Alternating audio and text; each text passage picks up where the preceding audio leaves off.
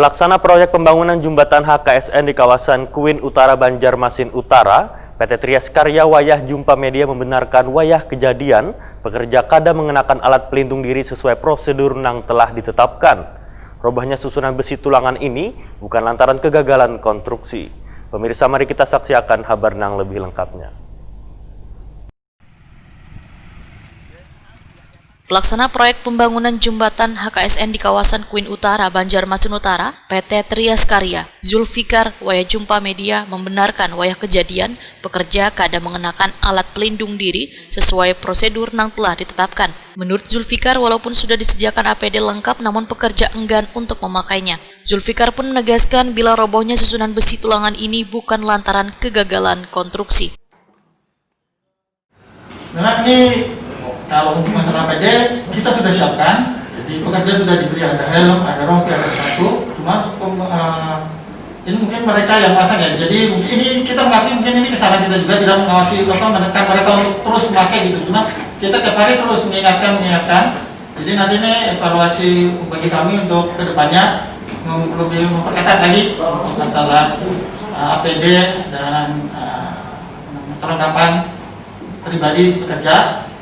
Kemudian untuk masalah tadi ada insiden, kita bilang ya insiden ya, ini mungkin jadi bukan instruktur ya. Kalau masalah kestruktur ini belum ada, baru ngasih kita istilahnya seperti Bapak Sekretariat, jadi masih tahap awal. Jadi itu kurang nanti kan dicor dengan beton. Kalau nanti sudah beton keras ada runtuh, nah itu baru kegagalan di konstruksi namanya. Kalau ini masih kita tahap perakitan, istilahnya mulai menyusun satu-satu. Mereka ada yang beratnya kurang karena itu masih persiapan mereka gitu pagi itu. Sekiranya dari saya mungkin itu. Sementara itu, Wakil Ketua Komisi 3 DPRD Banjarmasin, Afrizaldi, Takoni Prima TV, sangat menyayangkan robohnya susunan tulangan jembatan HKSN Banjarmasin Utara hingga menyebabkan sejumlah pekerja luka-luka wan dirawat di rumah sakit. Politisi PAN ini pun berharap kada sampai ada lagi kejadian serupa karena wahini kada hanya jembatan HKSN yang dibangun, namun pekerjaan yang sama juga dilakukan di jembatan Bromo. Komisi 3 ujar Afrizaldi akan secepatnya memanggil Dinas Pekerjaan Umum wan Penataan Ruang Banjarmasin wan pihak kontraktor. Jadi terkait robohnya konstruksi bangunan di jembatan HKSN, ini salah satu isyarat bahwa dalam hal membuat suatu perencanaan itu memang harus benar-benar matang. Kami memang belum meninjau ke sana apa yang terjadi, tapi kalau melihat dari kondisi yang seharusnya dilakukan oleh para kontraktor, artinya harus ada kesiapan, harus ada kajian-kajian yang matang tentang sebuah pembangunan itu. Saya melihat ada beberapa kelemahan kita dalam hal membuat suatu proyek pembangunan. Artinya dalam hal ini kurangnya kajian-kajian yang benar-benar harusnya didahului oleh proses peninjauan tentang konstruksi bagaimana lahan di daerah tersebut.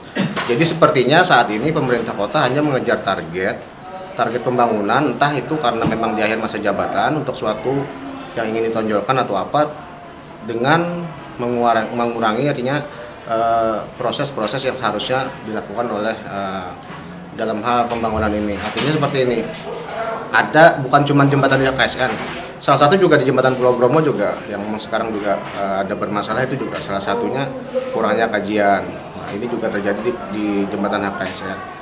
Dan yang lebih memprihatinkan lagi, ini terjadi di hari jadi Kota Banjarmasin yang ke-494.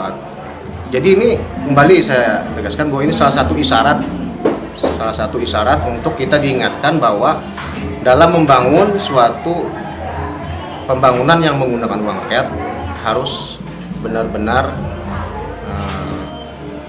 istilahnya membuat suatu kajian yang jelas. Proyek pembangunan jembatan HKSN Banjarmasin Utara senilai 37,1 miliar rupiah tersebut berasal dari APBD Banjarmasin tahun anggaran 2020. Digarap kontraktor pelaksana PT Trias Karya wan Konsultan Pengawas CV Adihan Mentata Rancang.